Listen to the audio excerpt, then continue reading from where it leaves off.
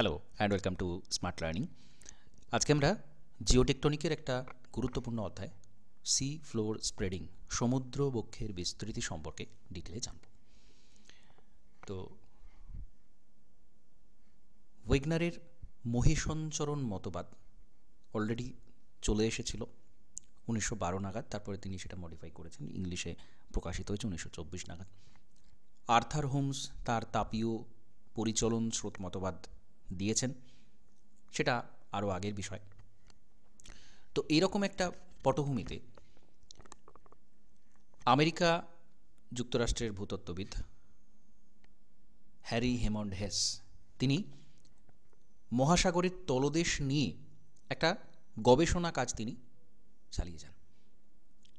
1960 নাগাদ তিনি একটা মতবাদ প্রকাশ করেন যে মধ্য সামুদ্রিক শৈলশিরা বরাবর দুপাশের মহাসাগরগুলোর তলদেশের অনুভূমিক বিস্তার ঘটছে। এটা তার দীর্ঘ 10 বছরের গবেষণার পর 1960 নাগাদ তিনি এটা ব্যাখ্যা করছেন এবং বই প্রকাশিত হচ্ছে 1962 নাগাদ। পটভূমিটা একটু আলোচনা করা গুরুত্বপূর্ণ, কারণ হচ্ছে তখনও কিন্তু পাত সংস্থান মতবাদরা প্রতিষ্ঠা পায়নি। 1965 নাগাদ সেটা হয়েছিল, আর একটু পরে হয়েছিল। তো তার আগেই 1962 নাগাদ হিস্ট্রি অফ ওশেন বেসিন এই বইটাতে সি ফ্লোর স্প্রেডিং থিওরি, এটা কিন্তু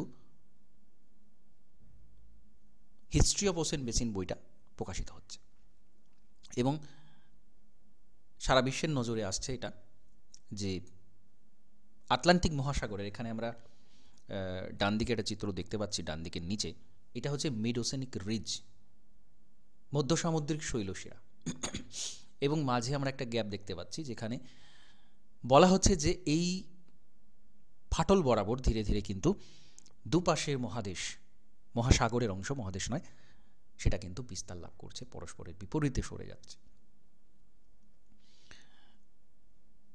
এখন ফ্রান্সিস বেকন এর আগে আটলান্টিক মহাসাগরের সৃষ্টির ব্যাখ্যা দিয়েছেন, তার ব্যাখ্যার সাথে এর কিছুটা মিল রয়েছে। ওয়েগনারের মহাদেশীয় সঞ্চরণ মতবাদ অলরেডি চলে এসেছে। ভেনিং মিনেজের সামুদ্রিক খাতের ঋণাত্মক অভিকর্ষ বিচ্যুতি ধারণা, অভিকর্ষ বিচ্যুতি আমরা আইসোস্ট্যাসিসে সবচেয়ে বেশি পড়েছি, গুরুত্বপূর্ণ। তো সেই যে অভিকর্ষ বিচ্যুতি এবং সামুদ্রিক খাতে দেখা যাচ্ছে ঋণাত্মক অভিকর্ষ বিচ্যুতি দেখা যাচ্ছে, অর্থাৎ সেখানে শিলার ঘনত্ব অনেক কমে যাচ্ছে। তো এই সমস্ত কেন হচ্ছে, সেই ভাবনাটা হ্যারি হেসকে এই নতুন ধরনের তত্ত্বটা নিয়ে আসাতে উৎসাহিত করে এবং তার তত্ত্ব তিনি প্রকাশ করেন। এখন এই মতবাদে কিছু অনুমান করে নেওয়া হয়। কিছু ভূকম্পন তরঙ্গের সাহায্যে দেখা যাচ্ছে মহাদেশীয় ভূত্বক মহাসাগরীয় ভূত্বকের থেকে প্রায় 30 থেকে 40 কিলোমিটার বেশি গভীর, আর অন্যদিকে মহাসাগরীয় যে ভূত্বক সেটা 6 থেকে 7 কিমি গভীর, অর্থাৎ মহাদেশীয় অংশ বেশি চওড়া, মহাসাগরীয় অংশ সেটা কিন্তু বেশি চওড়া নয়। এখন এই বিষয়টা আমরা জানি যে মহাসাগরীয় পাত, সেটা তার বেধটা, তার গভীরতাটা সেটা কম হয়, 6 থেকে 7 কিলোমিটার মতো, কিন্তু সেটা অনেক বেশি ভারী। আর মহাদেশীয় ভূত্বক সেটা অনেক চওড়া, কিন্তু তার ঘনত্বটা কম হয়। এটা প্রমাণিত যে মধ্য আটলান্টিক শৈলশিরা আটলান্টিক মহাসাগরের তলদেশকে পূর্ব এবং পশ্চিমে দুটো ভাগে ভাগ করেছে, আর এই শৈলশিরার মধ্যে সংঘটিত ভূকম্প, অগ্নুৎপাত, বিভিন্ন তথ্য সম্পর্কে আমরা সেটা জানতে পারি। আর একটা বিষয় গুরুত্বপূর্ণ, সেটা হচ্ছে কি, সমুদ্র তলদেশের যদি শিলাগুলোকে বিশ্লেষণ করা হয়, দেখা হয়, সেই শিলাগুলো কখনোই 13 কোটি 20 লক্ষ বছর তার পুরাতন শিলা কিন্তু পাওয়া যায় না। আমরা জানি পৃথিবীর বয়স প্রায় 450 কোটি বছর, 450 থেকে 460 কোটি বছর। তো 13 কোটি 20 লক্ষ বছর আগে শিলা কিন্তু সমুদ্রের তলদেশে পাওয়া যাচ্ছে না। এইগুলোর কারণ কি? তো এই বেসে, এর ভিত্তিতে তত্ত্বের অবতারণাটা হয়। এর মূল বক্তব্যটা কি আমরা এখানে দেখে নেব। মূল বক্তব্যটা হচ্ছে এরকম, সমুদ্রবক্ষের বিস্তৃতি সেটা ধীরে ধীরে এরকম বিপরীত দিকে কিন্তু মহাসাগরের তলদেশের ভূভাগ এরকম বিপরীত দিকে কিন্তু চলমান, বিপরীত দিকে চলমান। তো এখানে আমরা আরেকবার দেখছি এই যে দুটো অংশ বিস্তার করছে, বিপরীত দিকে সরে যাচ্ছে, ফাটল তৈরি হচ্ছে খুব স্বাভাবিকভাবে, এবং এখানে ধীরে ধীরে কিন্তু ম্যাগমা বেরিয়ে আসবে, নতুন নতুন নতুন নতুন ভূখণ্ড। তাহলে এই যে পুরাতন ভূখণ্ডটা যেটা আমরা দেখতে পাচ্ছি বিপরীত দিকে সরে যাচ্ছে, তাহলে পুরাতন ভূখণ্ডটা কোথায় যাচ্ছে? পুরাতন ভূখণ্ড কিন্তু কোথাও না কোথাও অদৃশ্য হচ্ছে মহাসামুদ্রিক খাতে। এবং এখানেই এই যে শিলার বিন্যাস, প্যালিওম্যাগনেটিজমের যে ব্যাপারটা, সেটাও কিন্তু এখান থেকেই আসছে। প্যালিওম্যাগনেটিজম যেটা, সেটাও আমরা ডিটেলে আলোচনা করব, কারণ সমুদ্রবক্ষের বিস্তৃতির একটা অন্যতম প্রমাণ পুরাচুম্বকত্ব, প্যালিওম্যাগনেটিজম। তো এই যে নতুন ভূখণ্ড তৈরি হলো, নতুন ভূখণ্ডের মধ্যেকার যে লৌহবর্গীয় যে সমস্ত উপাদান রয়েছে সেগুলো কিন্তু উত্তর দক্ষিণে মেরু অনুযায়ী সজ্জিত হয়। এখানেও তাই হচ্ছে, নতুন লাভা বেরিয়ে আসছে, তার মধ্যেকার যে লৌহখণ্ড বা লোহাবর্গীয় যেসব খনিজ রয়েছে তারা কিন্তু উত্তর দক্ষিণে সজ্জাবিন্যাস তারা কিন্তু সজ্জিত। তো এইভাবে এখানে কিন্তু পরপর পরপর বিভিন্ন যুগে এই যে শিলাগুলো বেরিয়ে আসছে, এটা আমরা খুব দ্রুত দেখছি, কিন্তু এটা বহু বহু বছর, বহু হাজার লক্ষ বছর ধরে এইভাবে কিন্তু বিস্তারটা ঘটছে। তো এই প্রসেসে হয়। এবার এই ধারণার যে উৎপত্তির যে ব্যাপারটা সেটা কিন্তু এইভাবে দেখতে পাওয়া যায়। এবার আমরা এখানে একটা চিত্র দেখতে পাচ্ছি, সাবডাকশন জোন রয়েছে, একটা পাত এখানে নিচে চলে যাচ্ছে, মহাসাগরের এখানে প্রসারণ হচ্ছে, এবং প্রসারণ হতে হতে এইখানে কিন্তু মহাদেশীয় ভূত্বকের নিচে এটা কিন্তু অবনমিত হচ্ছে। এটা আমরা জানি, বেসিক জিনিস এগুলো, যে বিস্তার একদিকে হচ্ছে আর একদিকে কিন্তু ধ্বংসও হচ্ছে। এই দুটোরই কিন্তু প্রমাণ আছে, প্রমাণ পাওয়া যায়। একটু মাইকটা অফ রাখবেন।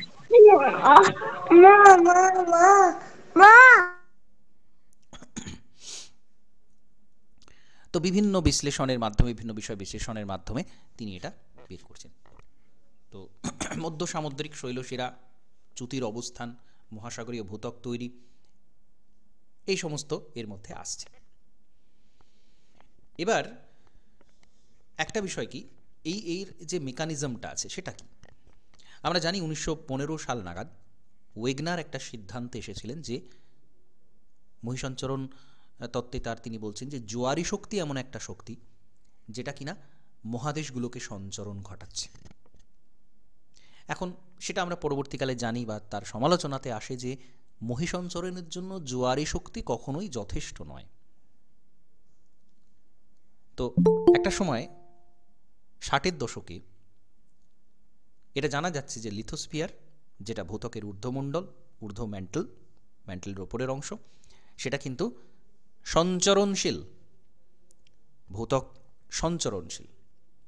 এবার মধ্য সামুদ্রিক শৈলশিরা থেকে যে মহাদেশীয় ভূত্বকগুলো নির্ধারিত হচ্ছে, শক্তিশালী একটা সামুদ্রিক স্রোতের মাধ্যমে সেটা কিন্তু সম্পন্ন হচ্ছে, এবং অ্যাস্থেনোস্ফিয়ারের মধ্যে যে পরিচলন স্রোত রয়েছে সেটা তার মূল শক্তি, যেটা আমরা প্রথমেই আলোচনা করছিলাম যে পরিচলন স্রোত মতবাদটাকে কিন্তু হ্যারি হেস এখানে ব্যবহার করেছিলেন, যে এটা আছে বলেই মহাদেশগুলো, মহাসাগরের তলদেশের অংশ কিন্তু সঞ্চরণশীল হয়ে পড়ছে, এবং মধ্য সামুদ্রিক শৈলশিরা বরাবর এই জিনিসটা কিন্তু, যেটা আমরা এক্ষুনি ভিডিওতে দেখলাম, সেই জিনিসটা কিন্তু ঘটছে, এবং তার নিচে এই পরিচলন স্রোত সেটা কিন্তু বর্তমান।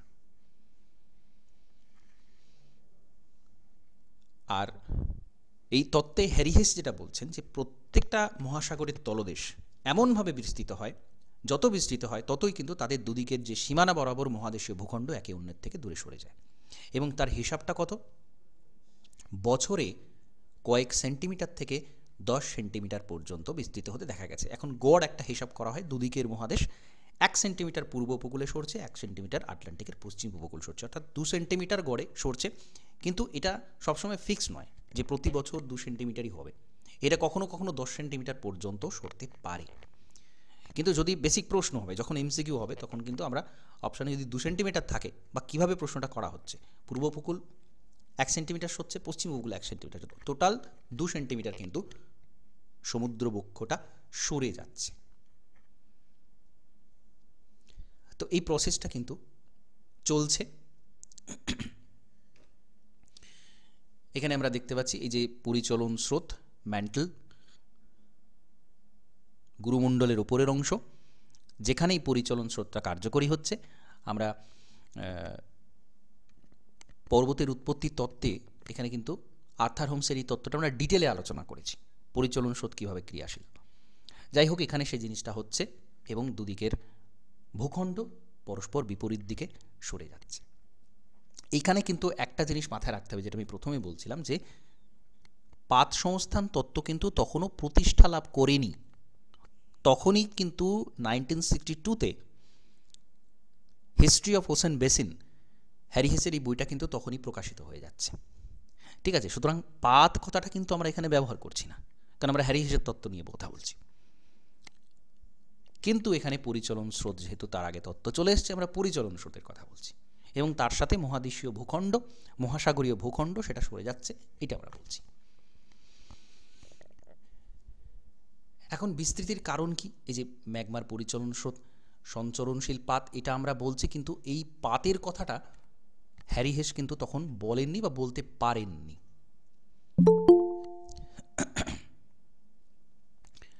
তো আমাদের এই সময়গুলো গুরুত্বপূর্ণ, যতগুলো থিওরি, যতগুলো তত্ত্ব এসেছে, কোনটা কোন সময় এসেছে সেটা কিন্তু খুব ভালো করে মনে রাখতে হবে। আমি যখন সমস্থিতি পড়িয়েছি বা কন্টিনেন্টাল ড্রিফট যখন পড়িয়েছি, বা এই যে তত্ত্বগুলো কোন সময় দেওয়া হয়েছে সেটা কিন্তু বারবার জিজ্ঞাসা করা হয়, এবং এটা শুধুমাত্র মুখস্থ করে মনে রাখার জন্য পড়বেন না। কি প্রেক্ষাপটে এই তত্ত্বটা আসছে, কেন এই তত্ত্বটা এই সময় এলো, এবং এই তত্ত্বে কেন এই কথাটা নেই, সেটা কিন্তু সময়টা না দেখলে বুঝতে পারবেন না। কারণ পাত নিয়ে চর্চা এই যখন হ্যারি হেস তত্ত্বটা দিচ্ছেন তখন সবে শুরু হয়েছে, সেটা তখনও সেইভাবে প্রতিষ্ঠা লাভ করেনি পাত সংস্থানের কথাটা। তো এটা কিন্তু খুব গুরুত্বপূর্ণ একটা বিষয়। এখন এই তত্ত্বের যে এভিডেন্সগুলো উপস্থাপন করা হয়, যে প্রমাণগুলো উপস্থাপন করা হয়, সেগুলো খুব গুরুত্বপূর্ণ। দুটো জিনিস ঘটছে এখানে। একটা হচ্ছে প্রসারণ হচ্ছে, সমুদ্র অক্ষের বিস্তৃতি হওয়ার সাথে সাথে প্রসারণটা হচ্ছে, এবং কোথাও গিয়ে সেটা কিন্তু অন্তর্ধানও হচ্ছে, ভেতরে কিন্তু প্রবেশ করছে, মহাদেশীয় পাতের ভেতরে কিন্তু প্রবেশ করছে। এই দুটো জিনিসই হচ্ছে। তো এখানে আমরা দুটো যে প্রমাণ, বিস্তৃতি হচ্ছে সেটা তো শুধু বললে হয় না, তার সাপেক্ষে প্রমাণ দিতে হয়। তো কি কি প্রমাণ আছে, বিস্তৃতির কি কি প্রমাণ আছে? এক নম্বর কথা হচ্ছে সার্পেন্টাইন ভবন। মহাসাগরীয় যে ভূত্বক সেটা পেরিডোটাইট শিলা দিয়ে গঠিত, যেটা কিনা সার্পেন্টাইন ভবন প্রক্রিয়াতে তৈরি। এখন এই সার্পেন্টাইন ভবন কোথায় হয়? এটা কিন্তু এই যে পরিচলন স্রোত হচ্ছে, যে পরিচলন স্রোতের কথা এখনই আলোচনা করলাম, কনভেকশনাল কারেন্ট, নিচে থেকে তাপের কারণে লাভা প্রবাহ উপর দিকে উঠছে, আবার কিছুটা শীতল হয়ে আবার নিচে নামছে, এই প্রসেস চলছে সরাসরি। এই প্রসেসটার মাধ্যমেই এই পেরিডোটাইট শিলা দিয়ে সার্পেন্টাইন খনিজটা তৈরি হচ্ছে, এই কারেন্টের ফলে, কনভেকশনাল কারেন্টের ফলে। এবং এর মধ্যে প্রচুর জল থাকে, যেটাকে আমরা সার্পেন্টাইন ভবন বলছি, তার মধ্যে প্রচুর পরিমাণ জল থাকে, এবং ওই যে অ্যাস্থেনোস্ফিয়ার, সেইখানকার যে জল, সেইটা দিয়ে কিন্তু এটা তৈরি হচ্ছে। এখন এটা পাওয়া যাচ্ছে কোথায়? মহাসাগরীয় ভূত্বকে। তাহলে যেটা কিনা অ্যাস্থেনোস্ফিয়ারে তৈরি হচ্ছে সেটা মহাসাগরীয় ভূত্বকে কিভাবে এলো? তাহলে কোথাও সেই পদার্থগুলো বের হয়ে আসছে। কোথায় বের হয়ে আসছে? এই যে মধ্য সামুদ্রিক শৈলশিরা, সেখানে এই সার্পেন্টাইন ভবনের যে খনিজ, যে পেরিডোটাইট শিলা দিয়ে তৈরি অংশ, সেটা বেরিয়ে আসছে লাভা প্রবাহের সাথে সাথে। কারণ সমুদ্রবক্ষের দুটো অংশ পরস্পর বিপরীত দিকে সরে যাচ্ছে, ভেতর থেকে ম্যাগমা প্রবাহ আসছে। যেহেতু আমরা সার্পেন্টাইন ভবন জিনিসটা পাচ্ছি মহাসাগরীয় ভূত্বকে, তাই আমরা বলছি কি, যেহেতু দুটো মহাসাগরীয় অংশ পরস্পরের দূরে সরে যাচ্ছে, সেই জন্যে ভেতর থেকে ওই যে পদার্থটা যেটা ভেতরে পরিচলন স্রোতে তৈরি হয়েছিল সেটা বাইরে আসছে। সুতরাং এটা একটা প্রমাণ যে বিস্তৃতি হচ্ছে বলেই এটা আমরা মহাসাগরীয় ভূত্বকে পাচ্ছি। এটা একটা গুরুত্বপূর্ণ প্রমাণ। দ্বিতীয় হচ্ছে এই আগ্নেয় শিলার বয়স। আগ্নেয় শিলার বয়স এখন প্রসারণ হচ্ছে, যেটা আমরা একটু আগে ভিডিওতে দেখলাম, প্রসারণ হচ্ছে, নতুন নতুন ভূখণ্ড বেরিয়ে আসছে এবং পুরাতন ভূখণ্ডগুলো পিছনে পড়ে যাচ্ছে, কারণ নতুন ভূখণ্ড বেরিয়ে আসছে। যত আমরা অগ্ন্যুৎপাত থেকে যত পিছন দিকে যেতে থাকব, তত দেখা যাবে কি আগ্নেয় শিলার বয়সটা বাড়ছে। এখন যে কোনো শিলার বয়স নির্ণয়ের অনেক সহজ পদ্ধতি আছে, আমরা জানি, কার্বন ডেটিং আছে, ইত্যাদিতে অনেক কিছু আছে, যেটা আমরা এর আগে জেনেছি। আমরা যখন ওভারঅল বিভিন্ন যুগের যে বিভাগগুলো পড়ছিলাম, কি কি পদ্ধতিতে শিলার বয়স নির্ণয় করা হতো, সেই শিলার বয়স নির্ণয় করে দেখা যাচ্ছে কি মধ্য সামুদ্রিক শৈলশিরা থেকে যত আমরা দূরে যাব, তত শিলার বয়সটা পুরাতন। এখানে যে ওল্ডেস্ট, ওল্ডার অ্যান্ড ইয়ংগেস্ট এখানে লেখা আছে, দেখুন, ইয়ংগেস্ট মানে এখানে নতুন তৈরি, নতুন ভূখণ্ড এখানে বেরিয়ে আসছে, আর আস্তে আস্তে এটা পিছন দিকে সরছে, তাহলে এইগুলো অনেক বেশি পুরাতন হয়ে যাচ্ছে। তো এটা খুব সহজে বোঝা যায় যে তাহলে নতুন ভূখণ্ড তো তৈরি হচ্ছেই। এটা প্রসারণের সাপেক্ষে একটা গুরুত্বপূর্ণ প্রমাণ। এবার এই প্রমাণগুলো কারা করলো? মোস্ট ইম্পর্ট্যান্ট এখানে 1968 সাল নাগাদ, 1962তে হ্যারি হেস তার তত্ত্ব দিয়ে দিয়েছে। আমরা কিন্তু এই প্রমাণগুলো শুধু যে হ্যারি হেস দিয়েছিলেন তা নয়, এগুলো আমরা পরবর্তীকালে বিভিন্ন জায়গা থেকে কিন্তু প্রমাণগুলো পাচ্ছি। কি পাচ্ছি? Joint oceanographic institute for deep earth sampling, অর্থাৎ সমুদ্রবক্ষ থেকে স্যাম্পল কালেকশন করে, সেখানকার শিলার অংশটা কালেকশন করে পরীক্ষা নিরীক্ষা করার জন্য একটা পরীক্ষা পদ্ধতি, যেটা কিনা মার্কিন যুক্তরাষ্ট্র থেকে চালানো হয়েছিল। United State National Science Foundation থেকে 1968তে এই জয়েডেস প্রোগ্রামটা চালানো হয়, joint oceanographic institution for deep earth sampling. জয়েডেসের ফুল ফর্ম জিজ্ঞাসা করা হতে পারে এমসিকিউতে। কবে করা হয়েছিল সেটা জিজ্ঞাসা করা হতে পারে। 1968-এ করা হয়েছিল। কোথা থেকে করা হয়েছিল? মার্কিন যুক্তরাষ্ট্র থেকে করা হয়েছিল। তাহলে এই যে জায়গাগুলো, এমসিকিউ তৈরির যে জায়গাগুলো, সেগুলো আমাদের গুরুত্ব দিতে হবে। সার্পেন্টাইন ভবন কাকে বলে? সার্পেন্টাইন ভবনে কী শিলা থাকে? এখানে জলের পরিমাণ প্রায় 25% জল থাকে এর মধ্যে। এই যে ছোট ছোট টুকরো টুকরো অংশগুলো, এইগুলো থেকে কিন্তু এমসিকিউ তৈরি হবে। আমাদের খুঁটিয়ে পড়তে হবে, কনসেপচুয়াল ক্ল্যারিটি থাকবে, তার সাথে যে ইনফরমেশানগুলো, এই যে 1968-এ হয়েছিল এই পরীক্ষাটা, সেই ইনফরমেশানগুলো কিন্তু আমাদের মাথায় রাখতে হবে। আমাদের পরীক্ষাতে মূলত দুটো টাইপ কোয়েশ্চেন হবে, একটা হচ্ছে ডাইরেক্ট ফ্যাকচুয়াল টাইপ ইনফরমেটিভ, আর একটা হচ্ছে কনসেপচুয়াল। দুটো জায়গাতে যদি আমরা শক্তিশালী না হই, আমরা যদি শুধু পড়ে যাই, ভূগোলে প্রচুর এমসিকিউ আছে, প্রচুর ইনফরমেশান আছে, শুধু সেটা পড়ে গেলাম, হবে না। এই জায়গাগুলো কিন্তু খুঁটিয়ে জানতে হবে, বুঝতে হবে, তার সাথে সাথে আমাকে ইনফরমেশানটাও মাথায় রাখতে হবে। তাহলে এতগুলো ইনফরমেশান কিন্তু আমরা এইটুকু জায়গার মধ্যে পেয়ে যাচ্ছি। তো যাই হোক, স্যাম্পল সংগ্রহ করে দেখা যাচ্ছে অনেক বেশি, যত দূরবর্তী হচ্ছে তত বেশি। আর যেটা একটু আগে আলোচনা করছিলাম যে 18 কোটি বছর আগের কোনো শিলা পাওয়া যাচ্ছে না। সমুদ্রের ভূত্বকে পরীক্ষা নিরীক্ষা করে দেখা যাচ্ছে যে এই সময়ের আগেকার যে শিলা সেটা নেই।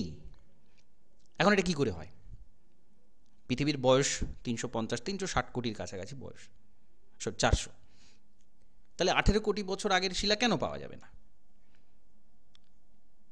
তখন এই প্রমাণটা, এই তথ্যটাকে প্রমাণ হিসেবে উপস্থাপন করা হয় যে যেহেতু নতুন ভূখণ্ড তৈরি হচ্ছে এবং পুরাতন ভূখণ্ড কী হচ্ছে, অন্তর্ধান হয়ে যাচ্ছে, মহাদেশীয় ভূত্বকের মধ্যে ঢুকে যাচ্ছে, এবং সেই শিলাটা যেটা কিনা অ্যাসথেনোস্ফিয়ারের মধ্যে প্রবেশ করে গেল সেটা গলে যাচ্ছে, তার অস্তিত্ব আর থাকছে না।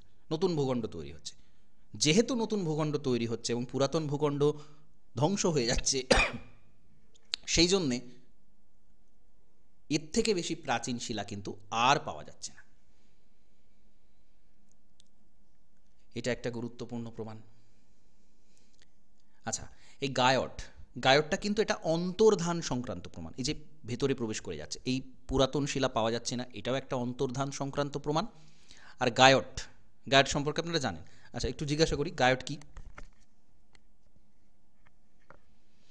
গায়ট কাকে বলে বলুন, বলতে পারবেন?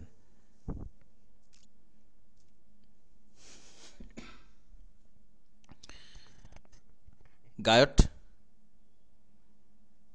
আচ্ছা, গায়ট হচ্ছে নিমজ্জমান একটা পাহাড়, আগ্নেয় পাহাড়, যার মস্তক দেশ প্রায় সমতল।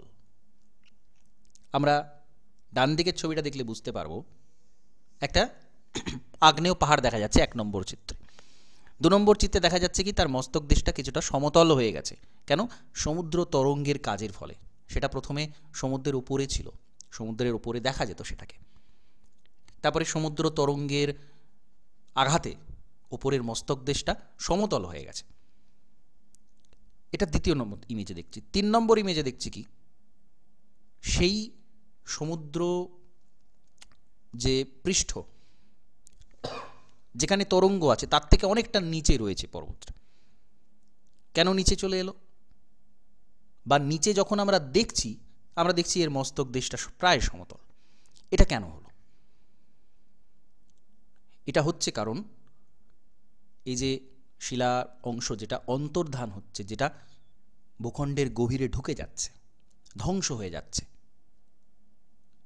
এটা কিন্তু তার প্রমাণ। কারণ ধীরে ধীরে এটা নিচের দিকে নামছে, যেটা সাবডাকশন জোন, আস্তে আস্তে আস্তে আস্তে যেটা একটা পাতের নিচে প্রবেশ করে যায় বা একটা ভূখণ্ডের নিচে প্রবেশ করে যায়, মহাসাগরীয় খাতের মধ্যে ঢুকে যায়। সেই জন্য কিন্তু আমরা দেখছি গায়টের অবস্থানটা এখানে, কারণ শীর্ষদেশ প্রায় সমতল এবং সেটা ধীরে ধীরে নিচের দিকে নামছে। এটা কিন্তু সাবডাকশন ছাড়া, অন্তর্ধান ছাড়া এটা কিন্তু সম্ভব নয়। তাহলে এটা কিন্তু আমরা এখান থেকে বুঝতে পারছি, এটা একটা প্রমাণ, এটা অন্তর্ধান প্রমাণ। এবং এটা একটা মোস্ট ইম্পর্ট্যান্ট কনসেপ্ট এবং প্রমাণ, সেটা হচ্ছে কি পুরাচুম্বকত্ব।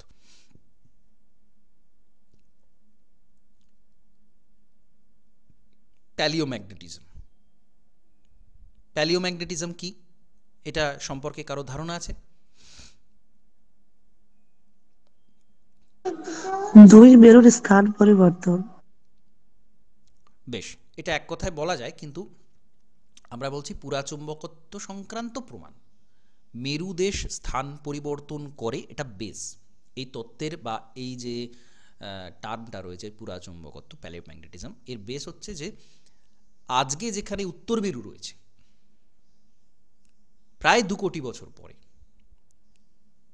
সেটা কিন্তু পুরোপুরি পাল্টে যাবে, উত্তর মেরুটা দক্ষিণ মেরু হয়ে যাবে।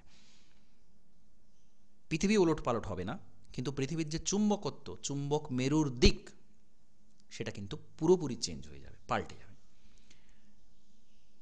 এটা এই অংশের এটা বেস। যে এখন পুরা চুম্বকত্ব, পুরা কথাটা কখন ব্যবহার করা? প্রাচীন চুম্বকত্ব। যেহেতু চুম্বকত্বের দিক পরিবর্তন হচ্ছে, ধীরে ধীরে হচ্ছে, এত বছর লেগে যাচ্ছে এই চুম্বকত্বের দিক পরিবর্তন হতে, এই জন্যে ট্রু নর্থ আর ম্যাগনেটিক নর্থ এইটা কিন্তু ব্যবহার করা হয়। ট্রু নর্থ মানে যেটা আমরা উত্তর দিক দক্ষিণ দিক বলি, সেটা তো চুম্বক মেরু অনুযায়ী বলি না, নর্মালি আমরা বলি এটা উত্তর দিক, এটা দক্ষিণ দিক। সূর্য পূর্ব দিকে ওঠে, এই দিকটা উত্তর, এই দিকটা দক্ষিণ, ঠিক আছে? এটা ট্রু নর্থ। আর একটা হচ্ছে ম্যাগনেটিক নর্থ, অর্থাৎ অ্যাট প্রেজেন্ট চুম্বক মেরুর দিকটা কোন দিকে রয়েছে। যেহেতু এটা পরিবর্তনশীল, এটা কখনোই থেমে থাকে না, বছরের পর বছর লেগে যায় পাল্টাতে, কিন্তু এটা পরিবর্তনশীল। এখন এটা কিভাবে সমুদ্রবক্ষের বিস্তৃতির প্রমাণ হিসেবে উপস্থাপিত হচ্ছে? যেহেতু সমুদ্রবক্ষে নতুন ভূত্বক তৈরি হচ্ছে, অর্থাৎ লাভাটা বেরিয়ে আসছে, লাভার মধ্যে কি থাকে? বিভিন্ন লৌহবর্গীয় উপাদান বা লোহা বা তার সমকক্ষ, যেটা কিনা চৌম্বক মেরু দ্বারা প্রভাবিত হয় বা চুম্বক দ্বারা প্রভাবিত হয়, লোহা বা তার কাছাকাছি নিকেল, কোবাল্ট, এই ধরনের কিছু, যেটা চুম্বক দ্বারা আকৃষ্ট হয়। যখন তরল লাভা বেরিয়ে আসছে ভেতর থেকে, তার মধ্যে যে লৌহবর্গীয় উপাদান আছে তারা সেই সময়কার যে চুম্বকত্ব, সেই চুম্বক মেরু অনুযায়ী সজ্জিত হচ্ছে। লোহার যে টুকরোটা আছে সেটা উত্তর মেরু দক্ষিণ মেরু অনুযায়ী কিন্তু সজ্জিত হয়ে যাচ্ছে অ্যাট প্রেজেন্ট। এখন উত্তর মেরু, এখন যদি নতুন লাভা বেরোয় তার মধ্যেকার লৌহবর্গীয় উপাদান তারা কিন্তু বর্তমান উত্তর মেরু দক্ষিণ মেরুর সাপেক্ষে সজ্জিত হয়ে যাচ্ছে এবং সেটা কঠিন হয়ে যাচ্ছে। যেই কঠিন হয়ে যাচ্ছে সেটাকে সরানো যাচ্ছে না, কারণ তারা এই সময়কার মেরু অনুযায়ী সজ্জিত হয়ে গেল। এবার আমরা যখন আরও 10,000 বছর, 5,000, 10,000, 1,00,000 বছর পার হয়ে যাচ্ছে, আবার নতুন করে লাভা বেরিয়ে আসছে, তাহলে ওই কয়েক লক্ষ বছরের মধ্যে চুম্বক মেরু কিন্তু আরেকটু পাল্টে গেছে। তখনকার যে নতুন লাভা বেরোলো তার মধ্যেকার যে লৌহবর্গীয় উপাদান তারা কিন্তু সেই 1,00,000, 2,00,000 বছর পরের যে চুম্বক মেরুর অবস্থান সেই অনুযায়ী তারা সজ্জা বিন্যাসটা দেখাবে, বা তখনকার উত্তর মেরু দক্ষিণ মেরু অনুযায়ী তারা কিন্তু সেভাবে সজ্জিত হবে। তাহলে আমার 2,00,000 বছর আগেকার যে চুম্বক মেরুর সজ্জা আর বর্তমান সময়ের যে চুম্বক মেরুর সজ্জা বা লৌহবর্গীয় উপাদানের যে সজ্জা বিন্যাস, সেখানে কিন্তু আমরা দেখছি মেরুগুলো আলাদা আলাদা দিকে রয়েছে, কারণ তারা তাদের সময়কার অনুযায়ী কঠিনত্ব প্রাপ্ত হয়ে সেটা ফিক্সড হয়ে গেছে।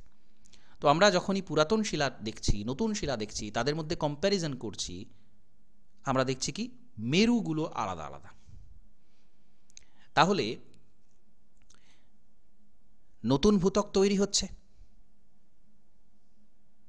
নতুন ভূত্বক তৈরি হচ্ছে বলেই এইভাবে সজ্জা বিন্যাসটা হচ্ছে। এটাই হচ্ছে পুরা চুম্বকত্ব, প্যালিওম্যাগনেটিজম।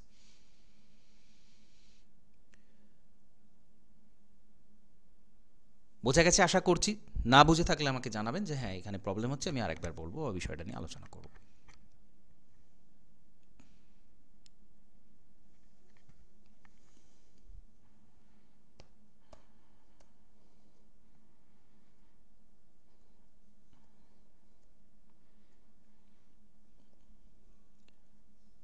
অসুবিধা নেই তো? বেশ, ঠিক আছে। আমি তাহলে ফার্দার বিষয়টা আলোচনা করছি যে এই ঘটনা হচ্ছে এবং এটা একটা প্রমাণ যে নতুন ভূত্বক তৈরি হচ্ছে, অর্থাৎ সমুদ্রবক্ষ বিস্তার লাভ করছে, নতুন ভূখণ্ড তবে না হচ্ছে, বিস্তার লাভ করছে। তো প্যালিওম্যাগনেটিজম একটা প্রমাণ। ডিপ সি মাইনিং, সমুদ্রের গভীরে খোঁড়া হলো, পৃথিবীর বিভিন্ন সমুদ্রের তলদেশে নমুনা সংগ্রহ করা হয় এবং সেখানে দেখা যাচ্ছে কি আটলান্টিক মহাসাগরে যে সামুদ্রিক শৈলশিরা রয়েছে তার মাত্র 2 কিলোমিটারের মধ্যে, তার যে গভীরতা, মাত্র 2 কিলোমিটার গভীরতায় তীব্র তাপ প্রবাহ দেখা যাচ্ছে, ম্যাগমা চেম্বার পাওয়া যাচ্ছে মাত্র 2 কিলোমিটার নিচে। সমুদ্র যে বক্ষ, সমুদ্র যে সমতল, তার সমুদ্রের ভূখণ্ডের নিচে 2 কিলোমিটার মাত্র নিচে তাপ প্রবাহ আছে এবং শৈলশিরাতে সমান্তরাল ফাটল রয়েছে। এই ফাটলের মধ্যে নতুন ব্যাসল্ট লাভা পাওয়া যাচ্ছে। তো এর থেকে ভালো প্রমাণ আর কি হতে পারে যে ভেতর থেকে লাভা বেরিয়ে আসছে, কাছাকাছি রয়েছে লাভা, সেটা বেরিয়ে আসছে এবং সেখানে নতুন ভূখণ্ড তৈরি হচ্ছে। এটা এখান থেকে আমরা জানতে পারছি। ভূমিকম্প জোন, প্রেজেন্স অফ আর্থকোয়েক, মহাসাগরীয় খাত অঞ্চল যেগুলো, ট্রেঞ্চ এরিয়া, সেখানে 700 কিলোমিটারের গভীরতায় ভূমিকম্প কেন্দ্র রয়েছে। এখন ভূমিকম্প কেন্দ্র ম্যাক্সিমাম 16 থেকে 20 কিলোমিটারের মধ্যে থাকে, আমরা জানি বেসিক যেটা কনসেপ্ট, কেন্দ্র অঞ্চল থেকে এইটুকু দূরত্বে থাকে। এখন 700 কিলোমিটারের গভীরতাতে কিভাবে ভূমিকম্প কেন্দ্র অবস্থান করতে পারে? 700 কিলোমিটার গভীরতা মানে সেটা তো অ্যাস্ট্রোস্ফিয়ার গুরুমণ্ডলে অনেকটা নিচে চলে যাচ্ছে। সেখানে কি করে ভূমিকম্প কেন্দ্র অবস্থান করছে? কারণ ভূমিকম্প কেন্দ্র হতে গেলে সেখানে কিন্তু শক্ত কঠিন এলাকা থাকতে হবে না, ধাক্কাধাক্কি করে ভূমিকম্পন তৈরি হবে। তরল সাথে কিসের ধাক্কাধাক্কি লাগবে? তো এত কিলোমিটার গভীরতাতে কেন ভূমিকম্প কেন্দ্র থাকবে? এর কারণ হচ্ছে এই যে সামুদ্রিক ভূখণ্ড, এটা কিন্তু এতটা গভীরতায় প্রবেশ করে গেছে এবং সেখানে তখনও তরল অবস্থা প্রাপ্ত হয়নি। সেই সেই যে পাতের অংশটা আমরা যদি বলি, বা মহাসাগরীয় ভূখণ্ড যেটা, সেই ভূখণ্ডটা অতটা নিচে নেমে গিয়ে সেখানকার ভূমিকম্পটা ঘটাচ্ছে। কারণ সেই সাবডাকশন জোনের যে এরিয়াটা, এই অংশটা কিন্তু বেনি অফ জোন যেটাকে আমরা বলি, সেই জায়গাতে কিন্তু ভূমিকম্পটা হচ্ছে। পাতটা নিচে প্রবেশ করছে বলেই এটা হচ্ছে। বা যেহেতু হ্যারি হেজের তত্ত্ব, আমরা পাত না বলে মহাসামুদ্রিক ভূখণ্ড বলতে পারি, সেটা প্রবেশ করে যাচ্ছে, অন্তর্ধান হচ্ছে, এবং সেই অন্তর্ধান হওয়ার কারণে এত নিচে আমরা ভূমিকম্প কেন্দ্রটা পাচ্ছি। এটা একটা প্রমাণ। আর কি প্রমাণ? তাপীয় প্রবাহের পার্থক্য, হিট ফ্লো। শিলা নমুনা পরীক্ষা করে দেখা যাচ্ছে মহাদেশীয় শিলার যে তেজস্ক্রিয় মৌলের পরিমাণ সামুদ্রিক শিলা থেকে বেশি। এখন এটা ধরে নেওয়া হয় যে মহাদেশীয় অংশে মহাসমুদ্র অপেক্ষা বেশি ভূতাপ নির্গত হয়। এটা একটা বিষয়। তো এটা থেকে বোঝা যাচ্ছে যে কোথাও মহাদেশীয় ভূখণ্ডের নিচে মহাসামুদ্রিক ভূখণ্ড কিন্তু অন্তর্ধান হচ্ছে বলেই এই ধরনের তেজস্ক্রিয়তা, তাপপ্রবাহ দেখা যায়। আরেকটা গুরুত্বপূর্ণ বিষয় হচ্ছে গ্র্যাভিটি অ্যানোমালি, অভিকর্ষ অসঙ্গতি। এই টার্মটা কিন্তু ইম্পর্টেন্ট। এটা আমরা আইসোস্ট্যাসিসে সবচেয়ে বেশি গুরুত্বপূর্ণ ছিল, আমরা জানি আইসোস্ট্যাসিস তত্ত্বের সূত্রপাতই হচ্ছে গ্র্যাভিটি অ্যানোমালি দিয়ে। তো গ্র্যাভিটি অ্যানোমালি বিষয়টা কি একটু বলুন।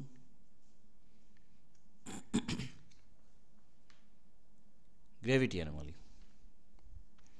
অভিকর্ষ বিচ্যুতি কাকে বলে? বেসিক জিনিস, আমি খুব কঠিন করে যাচ্ছি না, বেসিক জিনিসটা কি?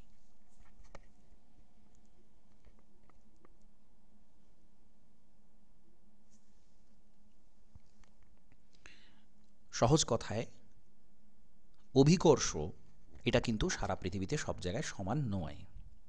কেন্দ্র থেকে যত দূরে যাওয়া যায় অভিকর্ষের পরিমাণ কিন্তু সেই পরিমাণে কমতে থাকে।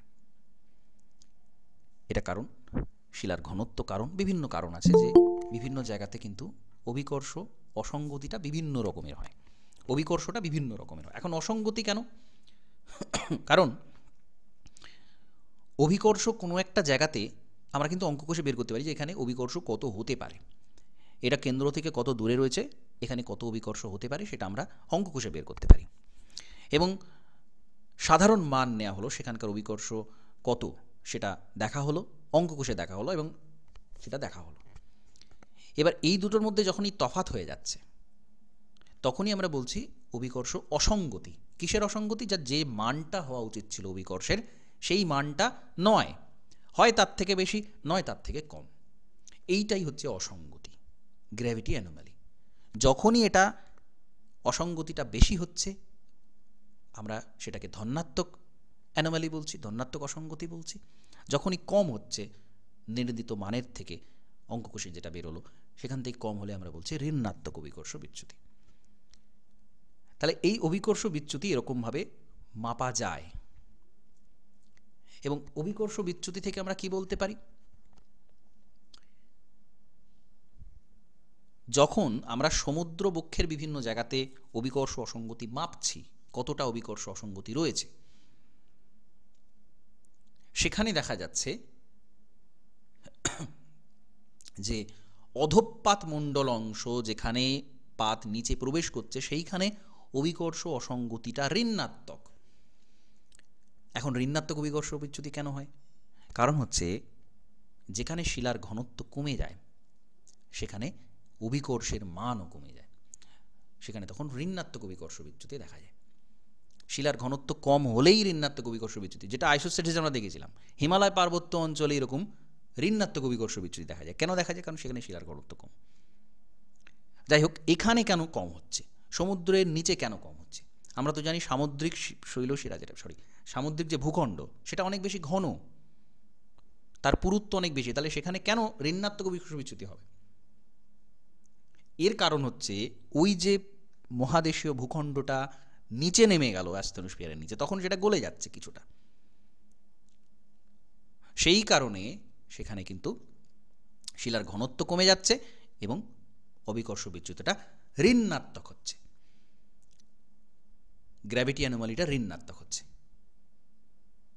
তাহলে বোঝা গেল, তাহলে অন্তর্ধান হচ্ছে, কোথাও ভূখণ্ড নিচে প্রবেশ করছে, নতুন ভূখণ্ড তৈরি হচ্ছে। যদি না নতুন ভূখণ্ড তৈরি হতো, শুধু যদি অন্তর্ধান হয়ে যেত, শুধু ভেতরে ঢুকে, তাহলে তো মহাসাগরের পরিমাণটা কমে যেত। কিন্তু পরিমাণ কমছে না, বাড়ছে।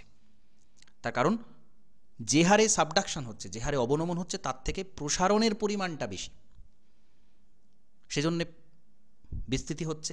এবং এক সময় দেখা যাবে কি, প্রশান্ত মহাসাগর বলে কিছু থাকবে না, আটলান্টিক, মাঝে থাকবে আটলান্টিক। কারণ পুরো জোড়া লেগে যাবে একটা সময়, ফিউচারে, অনেক অনেক বছর পরে। যাই হোক, এটা হচ্ছে। আর একটা প্রমাণ হচ্ছে ট্রান্সফর্ম ফল্ট, ট্রান্সফর্ম চ্যুতি। উইলসন এটা বলেছেন। তো ট্রান্সফর্ম চ্যুতি কখন হয়?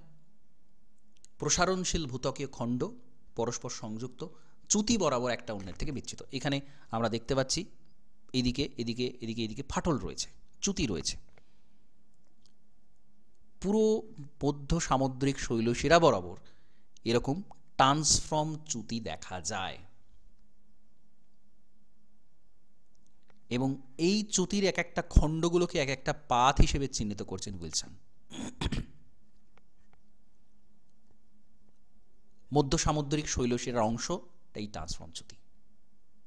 চ্যুতি বরাবর সমকোণে দেখা যাচ্ছে এই যে অংশটা, এদিকে এদিকে এদিকে এদিকে এরা কিন্তু সরে যাচ্ছে, চ্যুতি বরাবর সরে যাচ্ছে।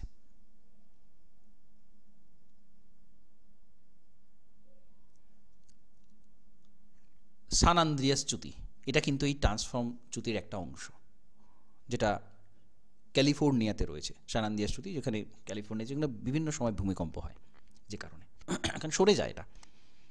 পুরোপুরি মধ্য সামুদ্রিক শৈলশিরা বরাবর এই চ্যুতি কিন্তু রয়েছে, ট্রান্সফর্ম চ্যুতি। এবং এই সরে গেলে কী হবে? পাত সরে গেলে চ্যুতির অংশ, যেটাকে পাত বলা হচ্ছে, সেই দুটো যদি সরে যায় বিপরীত দিকে, এখানে বিপরীত দিকে সরে যাচ্ছে, তাহলে কী হবে? ভিতর থেকে ম্যাগমা বেরিয়ে আসবে, নতুন ভূখণ্ড তৈরি হবে। তাহলে এই ট্রান্সফর্ম চ্যুতিটা কিন্তু একটা অন্যতম প্রমাণ, যেখানে চ্যুতি আছে, ফাটল আছে, ভূখণ্ড সরে যাচ্ছে, ভেতর থেকে ম্যাগমা বেরিয়ে এসে নতুন ভূখণ্ড তৈরি হচ্ছে।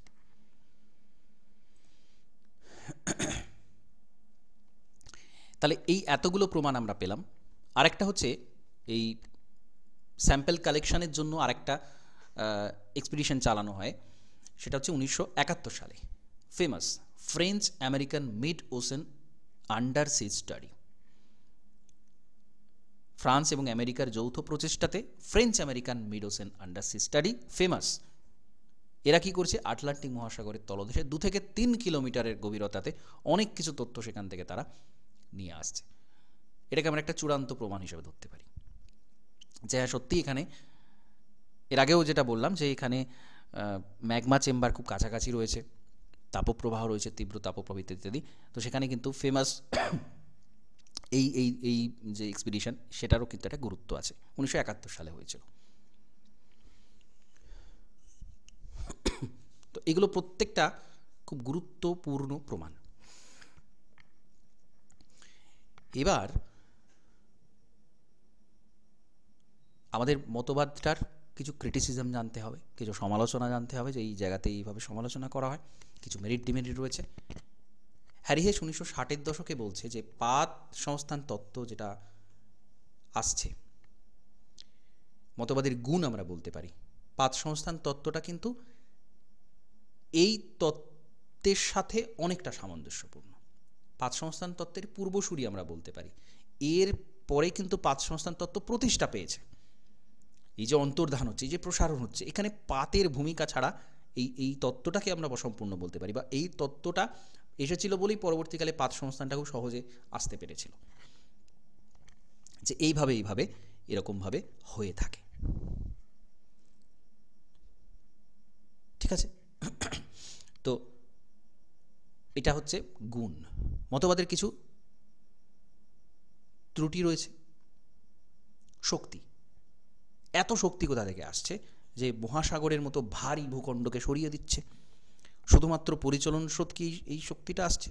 সেটা কিন্তু পুরোপুরি নয়। এই এই হ্যারি হেস যতটুকু যা বলেছেন সেখানে কিন্তু সেই শক্তির পরিমাণটা স্পষ্ট নয়।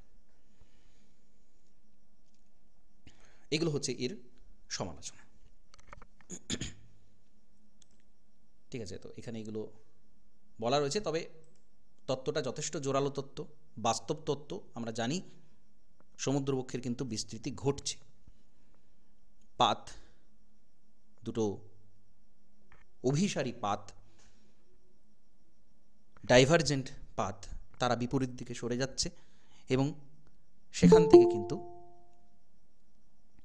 এই জিনিসটা দেখা যাচ্ছে, এই জিনিসটা হচ্ছে।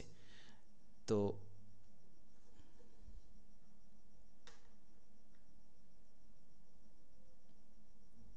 এই সমস্ত তত্ত্বের যে জায়গাগুলো আমি হাইলাইট করলাম, বললাম যে এই জায়গাগুলো একটু মনে রাখতে হবে, এই ইনফরমেশানগুলো মনে রাখতে হবে। ঠিক আছে, তো সেগুলো কিন্তু মনে রাখবেন এবং তথ্যগুলো, যেখানে যত তথ্য আছে আপনারা একটু শর্ট আউট করে নেবেন। ঠিক আছে, একটু শর্ট আউট করে নেবেন, তাহলে কি হবে, যখন পরীক্ষার সময় কিন্তু খুব সহজে রিভিশন দিয়ে নিতে পারবেন। তো এই কিছু কিছু জিনিস যদি না করেন তাহলে কিন্তু ওভারঅল জিওগ্রাফির প্রিপারেশনটা হবে না। কারণ হচ্ছে আমাদের এত বেশি তথ্যপূর্ণ, প্রচুর তথ্য আছে, প্রচুর। তো সেগুলো যদি খুব অর্গানাইজড ওয়েতে না পড়া হয়, খুব অর্গানাইজড ওয়েতে যদি প্র্যাকটিস না করা হয়, তাহলে কিন্তু পরীক্ষার সময় সমূহ বিপদ। এক তো পুরোটা রিভিশন দিতে পারবেন না, এখন যেটা পড়ছেন সেটা ভবিষ্যতে আর মনেই থাকবে না যে এটা এখান থেকে পড়েছিলাম। তো আপনাদের কাজ হচ্ছে এমনভাবে পড়া যাতে করে আজকে আমি যেটা পড়ছি ভবিষ্যতে এক তো সেটা যেন ভুলে না যাই।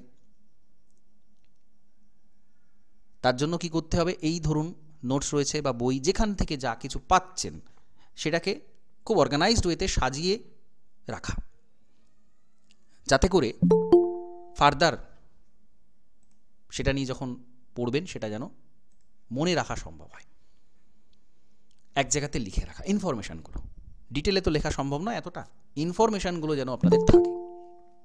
তো সেইভাবে এখানে করবেন। আমি ওভারঅল এটা এখানে আলোচনা করলাম, বিভিন্ন যে কনসেপ্টগুলো রয়েছে সেগুলো এখানে মনে রাখতে হবে এবং তার সাথে সাথে যে ইনফরমেশানগুলো বললাম সেগুলোও মনে রাখবেন। ঠিক আছে, একটা অর্গানাইজড ওয়েতে পড়বেন, রিভিশনটা খুব গুরুত্বপূর্ণ এবং মক টেস্ট সিলেবাসের একটু অংশ এগিয়েছে, আমি কিন্তু মক টেস্টটা শুরু করে দেব। তো যতগুলো থিওরি আছে, জিও টেকটনিকের থিওরিগুলো কভার হলেই আমি তো মক টেস্টটা শুরু করে দেবো। তো এটা সিস্টেমেটিক ওয়েতে যদি না পড়াশোনা করেন, যেহেতু পরীক্ষার ডেট ঘোষণা হয়ে গেছে, সবচেয়ে ইম্পর্টেন্ট যেটা বিষয়টা সেটা হচ্ছে পরীক্ষার ডেট দেওয়া হয়ে গেছে সেপ্টেম্বরের 14 আর 20। তো আমরা কিন্তু টার্গেট ফিক্সড করে প্রপার ওয়েতে মক টেস্ট দিতে দিতে প্রত্যেকটা টপিক থেকে কী ধরনের প্রশ্ন হতে পারে, নেট সেট থেকে অনেক কোয়েশ্চেন কিন্তু এখানে কপি করা হবে। পিএসসির বিগত বছর দেখলে বুঝতে পারবেন প্রশ্ন যথেষ্ট স্ট্যান্ডার্ড, পড়াশোনাটা সেই মানের করতে হবে এবং দুটো আলাদা আলাদা মিডিয়াম রয়েছে, বেঙ্গলি মিডিয়াম, ইংলিশ মিডিয়াম, দুটোর পরীক্ষা আলাদা আলাদা হবে। সুতরাং আপনারা কিন্তু ঝাঁপিয়ে পড়ুন, সোজা কথা, কারণ এখানে কোনো ফাঁক রাখলে চলবে না। প্রিপারেশনটা প্রথম থেকে কম্প্যাক্ট প্রিপারেশন হবে, প্রথম থেকেই মক টেস্ট দিতে হবে, প্রথম থেকেই রিভিশন করতে হবে, ইনফরমেশানের সাথে সাথে কনসেপচুয়াল ক্ল্যারিটিটা চাই। তো ডিটেলে পড়তে হবে, তার সাথে ইনফরমেশান, প্র্যাকটিস, এমসিকিউ প্র্যাকটিস। ঠিক আছে, তো আপনাদের এই ডেসক্রিপটিভ নোটসটা দেবো, তার সাথে শর্ট নোটস দেবো। ওভারঅল টেকটনিকেরটা আমি অলরেডি দিয়েছি, তো শর্ট নোটসগুলো করে নেবেন, সেখানেও দেখবেন প্রচুর ইনফরমেশান আছে এবং তার সাথে এমসিকিউটা দেবো। ওভারঅল যত যা এমসিকিউ হতে পারে, প্রিভিয়াস ইয়ারের নেট সেটে কি এমসিকিউ এসেছে সেইগুলো দেখে আমাদের কিন্তু প্রিপারেশনটা রাখতে হবে। ঠিক আছে, কিছু বলার থাকলে, কিছু প্রশ্ন থাকলে জিজ্ঞাসা করতে পারেন।